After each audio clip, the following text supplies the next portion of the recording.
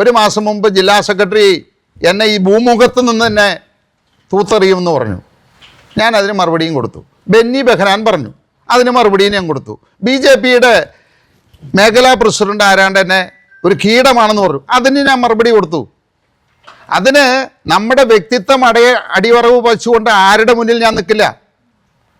അത് BJPക്കാരനായാലും ശരി, കമ്മ്യൂണിസ്റ്റുകാരനായാലും ശരി, ഏത് വ്യക്തിയായാലും ശരി. നിങ്ങളില്ലെങ്കിൽ ഇല്ല എന്ന് പറ.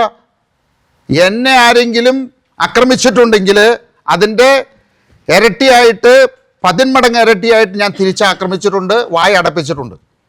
അത് ഇനിയായാലും അതുണ്ടാവും. അതുകൊണ്ട് ഞങ്ങളുടെ ആശയങ്ങളും മൂല്യങ്ങളും ബലി കഴിച്ചുകൊണ്ട് ഉള്ള ഒരു പ്രവർത്തനമായിരിക്കില്ല ഇത്. ഇത് കേരളത്തിന് വേണ്ട, കേരളത്തിന് നന്മ കൊണ്ടുവരുന്ന, കേരളത്തിൻ്റെ വികസനം കൊണ്ടുവരുന്ന, കേരളത്തിലെ ന്യൂനപക്ഷങ്ങളുടെ പ്രശ്നങ്ങൾ പരിഹരിക്കുന്ന ഒരു സഖ്യമായിട്ടാണ് ഇതിനെടുക്കേണ്ടത്.